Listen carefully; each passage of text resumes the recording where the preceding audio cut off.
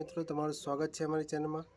આજે આપણે વિડીયોમાં વાત કરીશું ગુજરાત યુનિવર્સિટી અને બાકીની જે પણ 15 યુનિવર્સિટી છે એની અંડર ગ્રેજ્યુએટની પ્રોસેસ ચાલુ થઈ ગઈ છે। તો શિડ્યુલ શું છે એ તમને આ વિડીયોમાં જાણકારી મળશે। ક્યારે તમારે ફોર્મ ભરવાનું, ક્યારે તમારે કોલેજમાં રિપોર્ટિંગ કરવાનું રહેશે, પૂરું શિડ્યુલ તમને આ વિડીયોમાં જોવા મળશે।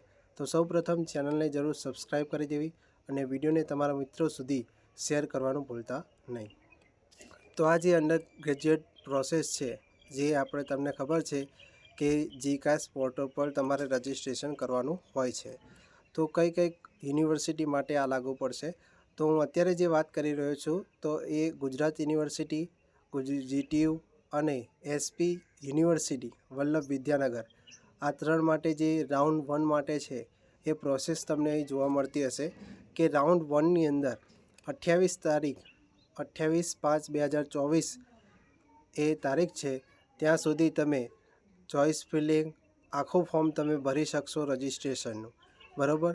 પિન માટે તમારે 300 રૂપિયા ભરવાના રહેશે, બરાબર। ત્યારબાદ તમારે પ્રિવ્યૂ કરીને પેમેન્ટ બાદ તમારે પ્રિવ્યૂ કરીને તમારે એ ફોર્મ જોવાનું છે ને ત્યાર પછી ફોર્મને લોક કરવાનું રહેશે, બરાબર। ત્યારબાદ તેની પ્રિન્ટ એક કાઢી લેવાની રહેશે। ત્યારબાદ 29 તારીખથી 30 તારીખ સુધી, બરાબર, એ ડેટા છે એ કોલેજોને પહોંચાડવામાં આવશે। ત્યારબાદ 31 મે અને 6 જૂન સુધી જે ચોઇસ ફિલિંગ છે એનો પ્રેફરન્સ અને એડમિશન માટેની જે પ્રોસેસ છે એ આગળ વધારવામાં આવશે।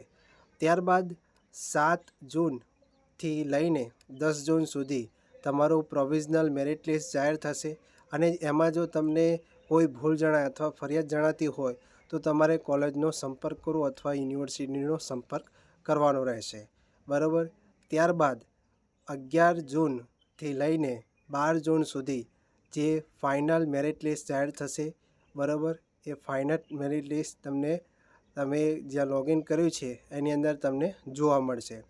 ત્યાર પછી 13 જૂનથી લઈને 21 જૂન સુધી જ્યાં તમારે જે પણ કોલેજમાં તમારે નંબર લાગ્યો છે ત્યાં જઈને તમારે રિપોર્ટિંગ કરવાનું રહેશે, બરાબર, અને ઓરિજિનલ ડોક્યુમેન્ટ સાથે। અને જે પણ તમે ફોર્મ ભરો છો એડમિશન માટે તો તમારે ત્યાં હેલ્પ સેન્ટરમાં જઈને તમારે ડોક્યુમેન્ટનું વેરિફિકેશન કરાવવાનું હોય છે। તો એ વાતનું ખાસ હેલ્પ સેન્ટરની લિસ્ટ હું તમને ડિસ્ક્રિપ્શનમાં આપી દઈશ, ત્યાં જઈને તમે ડાઉનલોડ કરી શકો છો। ત્યાર પછી જે પણ વિદ્યાર્થીઓ આમાં આવી ગયા મેરિટમાં, ત્યાર પછી રાઉન્ડ 2 આવશે। એની અંદર 22 જૂનથી લઈને 23 જૂન સુધી એ ડેટા છે એ કોલેજની અને જે પણ યુનિવર્સિટી છે એ મોકલવામાં આવશે। ત્યાર પછી નવી એડમિશન પ્રોસેસ શરૂ થશે બીજા રાઉન્ડ માટે 24 જૂનથી લઈ 26 જૂન સુધી એ નવા એડમિશનની પ્રોસેસ ચાલુ થઈ જશે અને જેટલી પણ ખાલી જગ્યાઓ રહી ગઈ છે એ આ દરમિયાન તમને જોવા મળશે। ત્યારબાદ 27 જૂનથી લઈ 29 જૂન દરમિયાન જે પણ વિદ્યાર્થીઓને હવે આ એડમિશન ઓફર કર્યું છે, બરાબર, ઇન્ટેક આવી ગઈ, ડેટા તમે ભરાઈ ગયા, ત્યાર પછી રિપોર્ટિંગ કરાવવાનું છે, બરાબર। જે પણ કોલેજમાં તમારે રાઉન્ડ 2ની અંદર તમારે ફોર્મ ભરાઈ ગયું છે એ જઈને તમારે રિપોર્ટિંગ કરાવવાનું રહેશે।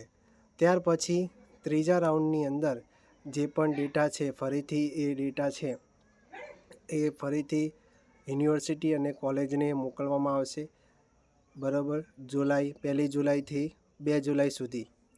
ત્યાર પછી 3 જુલાઈથી 4 જુલાઈ સુધી જે પણ ખાલી જગ્યાઓ રહી ગઈ છે, ઇન્ટેક ડિક્લેરેશન તમને જોવા મળે છે તો એ તમને જોવા મળશે કે કેટલી ખાલી જગ્યાઓ કઈ જગ્યાએ પડી છે। ત્યાર પછી 5 જુલાઈથી લઈને 7 જુલાઈ સુધી એમાં ચોઇસ ફિલિંગ તમે ચેન્જ કરી શકો છો। જે વિદ્યાર્થીઓને પહેલાં એડમિશન નથી મળ્યું, જેને મેરિટમાં નામ નથી આવ્યું, એ વિદ્યાર્થીઓ આમાં આવી શકે છે, બરાબર। તો એ વસ્તુ ખાસ ધ્યાન રાખવાનું રહેશે। જે વિદ્યાર્થીઓએ રિપોર્ટિંગ કરાવી લીધું છે, કન્ફર્મ એડમિશન કરાવી લીધું છે, એ આ પ્રક્રિયામાં ભાગ લઈ શકશે નહીં, તો એ વાતનું ખાસ ધ્યાન રાખવાનું રહેશે। ત્યાર પછી 8 જુલાઈથી લઈ 9 જુલાઈ સુધી ડેટા ઇન્ટિગ્રેશન જે પણ યુનિવર્સિટીને લાગતી વળગતી કાર્યવાહી છે એ યુનિવર્સિટીએ કરવાની રહેશે. ત્યારબાદ 10 જુલાઈથી લઈ 15 જુલાઈ સુધી જે ચોઇસ ફિલિંગ છે અને નવા એડમિશનની જે પણ પ્રક્રિયાઓ છે એ આગળ વધારવાની રહેશે. બરાબર. ત્યારબાદ જે પણ તમે પ્રક્રિયા આગળ વધારી અથવા નવું ફોર્મ ભર્યું હોય તો 16 જુલાઈથી લઈ 19 જુલાઈ બાદ તમને જે પણ ઓફર કરવામાં આવે, જે પણ એડમિશન તમને કન્ફર્મેશન માટે જવાનું હોય છે કોલેજમાં, તો જે પણ કોલેજમાં આવે એ તમારે આગળ કાર્યવાહી કરવાની રહેશે અને એડમિશન કન્ફર્મ કરાવવાનું રહેશે. બરાબર. આ હતી માહિતી. જો તમે પણ આવી જ વધુ વિગત મેળવવા માગતા હોય તો આપણી ચેનલને જરૂર સબસ્ક્રાઈબ કરી દેવી. જીકેએસ પોર્ટલ પર રજિસ્ટ્રેશન કેવી રીતે કરવું અને એને લગતી વધુ માહિતી માટે તમે કમેન્ટ કરીને જણાવી શકો છો.